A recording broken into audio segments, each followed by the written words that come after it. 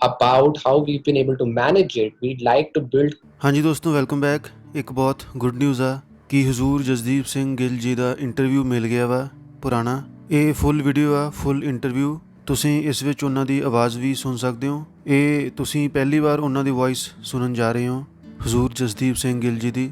ਜਿਵੇਂ ਤੁਹਾਨੂੰ ਸਾਰਿਆਂ ਨੂੰ ਪਤਾ ਵਾ ਕਿ ਉਹ RSSB ਰਾਜ ਸਵਾਮੀ ਸਤਸੰਗ ਬਿਆਸ ਦੇ ਨਵੇਂ ਹੈੱਡ ਬਣ ਚੁੱਕੇ ਆ। ਇਸ ਇੰਟਰਵਿਊ ਤੋਂ, ਇਹ ਪੁਰਾਣੇ ਵੀਡੀਓ ਤੋਂ ਤੁਹਾਨੂੰ ਇਹਨਾਂ ਦੀ ਕਾਬਲੀਅਤ ਦਾ ਵੀ ਪਤਾ ਲੱਗੂਗਾ, ਕਿੰਨੇ ਕਾਬਿਲ ਨੇ, ਬਹੁਤ ਰਿਸਪੌਂਸੀਬਲ ਹੈਗੇ ਨੇ ਅਤੇ ਕਿੰਨੇ ਮਿਹਨਤੀ ਨੇ। ਜਿਵੇਂ ਹੁਣ ਜੇ ਸਮਝ ਲਓ ਆਪਾਂ ਨੇ ਕਿਤੇ ਜੌਬ ਕਰਨੀ ਹੋਵੇ, ਆਪਾਂ ਕਿਸੇ ਵੱਡੀ ਯੂਨੀਵਰਸਿਟੀ 'ਚ ਪੜ੍ਹ ਕੇ ਕਿਤੇ ਜੌਬ ਲਈ ਜਾਈਏ ਵੱਡੀ ਕੰਪਨੀ ਵਿੱਚ, ਤਾਂ ਸਾਨੂੰ ਕਿੰਨੀ ਮਿਹਨਤ ਕਰਨੀ ਪੈਂਦੀ ਹੈ। ਤਾਂ ਇੱਥੋਂ ਸਾਨੂੰ ਉਹਨਾਂ ਦੇ ਡਿਸਿਪਲਿਨ, ਮਿਹਨਤ ਦਾ ਵੀ ਅੰਦਾਜ਼ਾ ਲੱਗ ਸਕਦਾ ਵਾ। ਉਹੀ ਮਿਹਨਤ ਜੋ ਹਜ਼ੂਰ ਬਾਬਾ ਸਾਵਨ ਸਿੰਘ ਜੀ ਨੇ ਪੜ੍ਹ ਲਿਖ ਕੇ ਕੀਤੀ ਸੀ, ਜੋ ਮਿਹਨਤ ਸਾਨੂੰ ਬਾਬਾ ਜੀ ਨੇ ਕਰਨੀ ਸਿਖਾਈ ਆ, ਜੋ ਉਹਨਾਂ ਨੇ ਖੁਦ ਮਿਹਨਤ ਕੀਤੀ ਆ ਬਾਹਰਲੇ ਦੇਸ਼ ਵਿੱਚ ਜਾ ਕੇ। ਅਤੇ ਇਸ ਵੀਡੀਓ ਨਾਲ ਆਪਾਂ ਉਹਨਾਂ ਦੇ ਕਲੋਜ਼ ਵੀ ਹੋਵਾਂਗੇ, ਕਲੋਜ਼ ਜਿਹਾ ਮਹਿਸੂਸ ਕਰਾਂਗੇ ਉਹਨਾਂ ਨੂੰ ਸੁਣ ਕੇ। ਇਹ ਵੀ ਇਸ ਵੀਡੀਓ ਨੂੰ ਪਾਉਣ ਦਾ ਮਕਸਦ ਆ। ਤਾਂ ਦੇਖਦੇ ਹਾਂ ਜੀ ਵੀਡੀਓ। ਆਵਾਜ਼ ਸੁਣਨ ਲਈ ਤਿਆਰ ਹੋ ਜਾਓ। ਪਹਿਲੀ ਵਾਰ ਤੁਸੀਂ ਇਹਨਾਂ ਦੀ ਆਵਾਜ਼ ਸੁਣਨ ਜਾ ਰਹੇ ਹੋ। Sort of regime, or in a way that globalization of trade might start getting hampered, because if all of us start feeling unsecured about how we've been able to manage it, we'd like to build capability as a nation to address future outbreaks by ourselves, and therefore we will start building capabilities to that extent, and by that design we will be less collaborative. And that's the one I would be most worried. We have the pleasure of welcoming Jasdip Singh today to our interview series. I'm Aishwarya Jain from the People Hum team. Before we begin, just a quick introduction of People Hum. People Hum is an end-to-end, one-view integrated human capital management automation platform, the winner of the 2019 Global Cody Award for HCM, that is specifically built for crafted employee experiences and the future of work. We run the People Hum blog and video channel, which receives upwards of 200,000 visitors a year, and publish around 2 interviews with well-known names globally every month. And now for our guest, Jasdeep Singh is the Chief Strategy Officer at Cipla. He has a PhD in Chemical Engineering from the University of Cambridge and is an expert in the pharmaceuticals and private equities domain. He has also co-founded a consulting firm during his doctorate studies and is someone who is keen to keep learning and update his knowledge. With a great academic background, Jasdeep has proven himself as an amazing professional who can handle any crisis with ease. We are happy to have someone of his expertise in our interview series. Welcome, Jasdeep. We're thrilled to have you. Thank you, Aishwarya. Very pleased to be here. Our pleasure. So, Jasdeep, I want to begin by asking you a very, very straightforward question. As someone who is responsible for strategy, what is it that keeps you awake at night? Very powerful question. Very, very powerful. I must tell you that the answer is very simple. And what keeps me awake is actually how to make problems simple in today's, what we are calling as the VUCA world, right? Where the volatility and uncertainties are unparalleled. The role of a strategy officer is to still keep the strategy as simple as possible. And strategy is often construed as something very complex, and usually it comes with a very heavy presentation and layers of information. But I think if the organization and the strategy officer can articulate the strategy in a simple manner, I think that's the best win, right? And I think that is one thing that I continue to think as to how to make some of our strategic thinking simple and reachable to most of our employees, right? And you would imagine that in every organization, there is a straddle of employees with different skill sets, and therefore, how do you make sure that even the first line person in your organization is able to understand your strategy, right? Because he's the one who's interacting with the customer and who's your inner foundation, right? So that's the biggest challenge, I would say, or that keeps me awake. The second, I would say, is how do you pick some of these trends which are just emerging, right? And they have not fully blown out yet. and that's the success, right? I mean, for a strategy officer to know in the pharmaceutical industry that biosimilars wave is coming is fairly obvious, right? But who picked this up about 10 years ago and was able to action some of that? That's success for a strategy officer. So it's not about finding trends that have played out or are playing out. It's the genesis and those seeds of trends that will play out, right? And I think one continues to be on the ground for that, to see that these are some of the trends that may shape the industry. And there are these black swan moments like what we have, what's happening right now, which is completely unpredictable. But these are some of the things. This is probably the third element that will keep me awake. But I think the first two, because the third one is highly unpredictable. But the first two you can tackle if you're putting your might behind it, and you sort of ground it to your industry and understanding your customer. I think you'll be able to answer. You know, you'll probably sleep more peacefully. Absolutely. And that is just so interesting, right? The way you have to kind of understand so many perspectives and bring together something that's robust and solid, and to also anticipate what might be the next trend wave. What do you think is the crystal ball that you use while setting strategy, and how do you balance risk and innovation in the mix? I think I want to take some time to elaborate on the innovation part. Right. I think innovation is often again misconstrued. Right. In my industry, for example, an innovator is often thought as a person who's bringing a new chemical entity into the market or is addressing a new disease. But to me, innovation is equally bringing the same drug, which is probably in the injectable format, to, let's say, oral format. This enables a better adherence, a less psychological burden on the patient, right? So this is an innovation of what we call a drug form, right? And there are innovations in how you deliver drug or how you are servicing a patient. So to me, innovation is has to be in the DNA of a company to survive in today's world, right? So I wouldn't, I don't balance innovation and risk. Innovation has to be ingrained in an organization to growth. I parallel innovation in growth, right?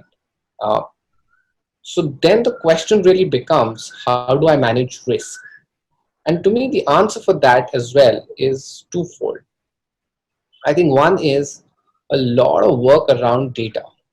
I think we are very fortunate in today's time that we do get lots of data stream, but we are also just being very rudimentary in the way we are analyzing it and the way we are finding implications of how we sort of use that data. So I think that's where the experience comes in, right? Some of the people who've been in the industry for a bit are able to correlate to the general trends, and some of the youth is bringing this amazing data analytics. And I think it's the synergy of these two that to me will solve the risk problem in the best possible manner. So I think it's not about innovation or what is the degree of innovation I'd like to build in the organization. That's all we do, right? Because we are a growth driven industry. So the focus is how do we mitigate risk, and to me it's data plus experience, and it's the people and the data feeds that have to solve for this. Absolutely. That makes a lot of sense, because I think innovation is something that you by default, that's already there on the table. What is it that you kind of bring apart from that, which is going to add value? So, do you believe that we are looking for mayhem in some segments and organizations to change their strategies significantly for others, or will this like define a new normal now? Yeah. Again, Aishwarya, to me this is a very loaded question, and a question at the time when the event is playing out. And I there is absolute certainty in the fact that some of the industries are going through enormous amount of pain. You see, data and the way lockdowns have happened across geographies, and the way supply chains have got impacted, the way labor force has migrated. I think they're all clear indicators, and the numbers on growth and the GDPs and results of the corporates are going to be out. So I think we will see that there is a fair bit of impact. Some industries, of course, mostly the essential industries, have been protected to some extent. Now, saying that, I think while we are protected, it is not that that has made us complacent. Right? As an industry in pharma, and I just don't speak of, I speak as an industry person. I think each of us are seeing whether this is a point of inflection for new trends to play, and therefore for us strategically to prepare ourselves for the new normal. And I think there will be a new normal, and that new normal is a function of how long does this event play. Now, there are a couple of psychological biases we are all born with, or not born is probably the wrong word. These are some of the things that we are cognitively tuned to. One is called the primacy bias, the other is called the recency bias, and the other is called the peak end rule. So how the event starts has a large impact on us. How the event ends has a large impact on us, and how intense was the pain has a large impact on us. So these are the three things, right? I think the recency, which is how it ends, is very much in our hands, right? How coordinated are the governments in solving for COVID? How is the political capital going to manage the economic capital, right? Because the political have the mandate to both take care of people as well as the economy, right? So they are in a very, very delicate situation to manage both. And they have to do a pretty good job for the recency bias to be as good as possible, right? Because if we close this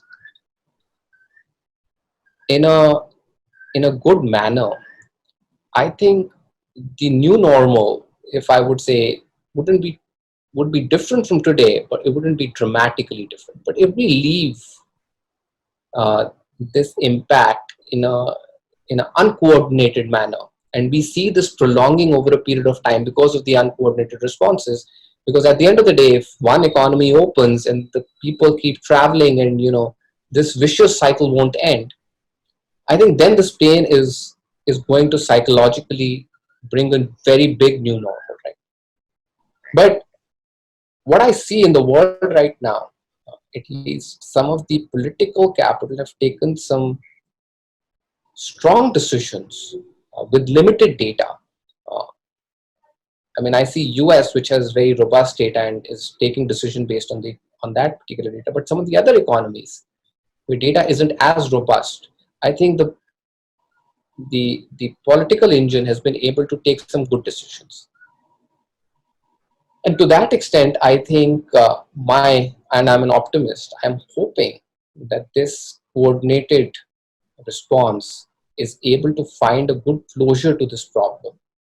And I'm not saying that the new normal isn't going to be better normal, but the shift uh, is not going to be dramatic, is how I see it. But again, it's a function of how long does this go on for. Right, right. And so you do work with different kinds of people in the company, like let's say the gig economy, right? So do you think that after the crisis is over, or due to the crisis, the gig economy will still prevail, or do you think the business model will change forever due to this crisis? Ashwarya, there will be certainly a new normal, right? So to say that there will be more tech intervention, for sure. There will be more digital based interactions, for sure. There will be workforce that will be variable, for sure. The question is the degree of it, right? And I think gig economy isn't going anywhere, but I think people are getting appreciation, because there have been large migration of people to the towns. But I think this event may bring a certain receding to that and appreciation for what they've been doing in their local towns and villages, etc. Right? But I think technology will be a great enabler.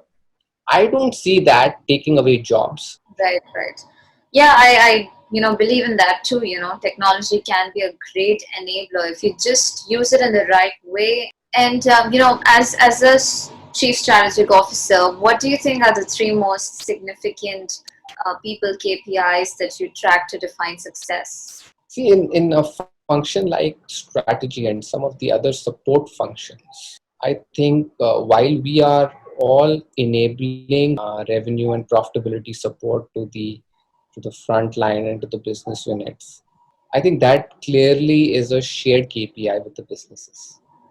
You cannot be in departure from that, right? So strategy functions have to ensure that their neck is online as much as the business units are online.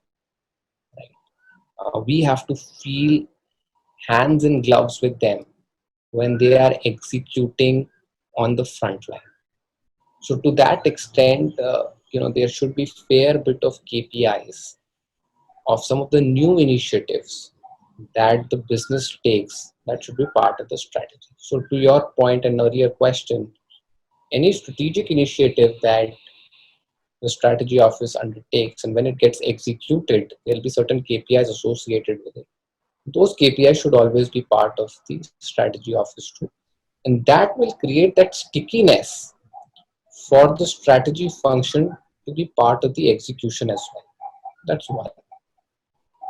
But the other ones, which slightly are more generic but more relevant for a strategy office, I would say one would be agility. And this goes back to my point of one of the earlier things that I talked about was finding those trends on the ground level that will explode or create a micro segment for you to be differentiated. I think that agility behavior, right, difficult to quantify, but one has to one has to be able to practice this and see some of these things happening for you to be able to quantify. So agility to me is one of the key skills, if I may say, that should be part of the strategy office. The second I would say is perseverance. Again, if I really think through, a lot of these ideas will hit you and will get shot down in the larger complex organizations. So therefore, to persevere with some of these things is another important skill I would think that a strategy office should have. And the last, which goes without saying, is integrity. To me, companies can completely falter if you're not true to putting out the right strategic intent, used on right data, uh, right insights, etc. So I think these are some of these three skills, again, very difficult to quantify. But the KPIs, if those are hard grained, should tally to a great proportion with how the business looks at their own KPI, because then only they'll appreciate your skin in the game. Right. So that's a wonderful insight that you've told us. And finally, wrapping up the interview, I want to ask you if you have any other important sound bites that you would like to leave our viewers with. For the viewers who probably want to learn a little bit on the strategy function, many people, many employees come to me and express their interest in joining an office like this. I think I would urge a lot of people to spend time in functions like these, specifically for about 2 to 4 years. I think it's a great way to become creative. It's a great way to understand the organizations cross functionally. Otherwise, you can sometimes become expert in one function or the other. And there's also, it's like an engineering degree, to be very honest. That opens avenues for you to explore multiple other careers, right? And a strategy function exposes you so much that it allows you to then figure out what's the real area of passion for you. Because you will see a bit of sales, you will see a bit of marketing, you will see a bit of um, bringing all of this together, thinking through trends, implications, certainty of events. So I think it's a great place uh, for learning. And to me, it's one of the key skills that one needs to have through his career, his or her career, to make sure that as they become leaders, they are able to visualize uh, some of the some of the implications of the trends that will play out later, right? And there has to be an appreciation for some of these things, and you don't need to be uh, don't need to be here for like decades to have an appreciation for strategy. You can spend a short tenure of your time. So I actually urge people to spend some time in strategy functions and learn about the organization in the width it brings. Absolutely. I think from our conversation, it's been very interesting to understand, how strategy plays out and what are the elements that you need to think about. And I think it's using your right brain as well as left brain Yeah. to understand so many things, so many layers of it, understanding between the sheets. So it's really been wonderful, understanding that. And thank you so much, Jasdeep, for taking out time today for us. I really, really appreciate you sharing your views with us, and it's been a learning experience for all of us. Thank you, Aishwarya. It's been a pleasure talking to you as well, and look forward to people I'm doing more of this with many other experts. It's always nice to get to learn on what people are sharing. And today, this is another trend, right? I think a lot of these courses are moving online. A lot of these learnings are moving online. I think mentorship tomorrow may be online, right? And some of these trends one has to capitalize on, and I appreciate the effort that People Hum is doing uh, to facilitate learning through the digital channel. So congratulations to you as well. Thank you so much for those kind words. It's really, because of people like you, and that's food for thought, really. Mentorship moving online. That's quite interesting. So thank you for a wonderful conversation, and let's keep in touch.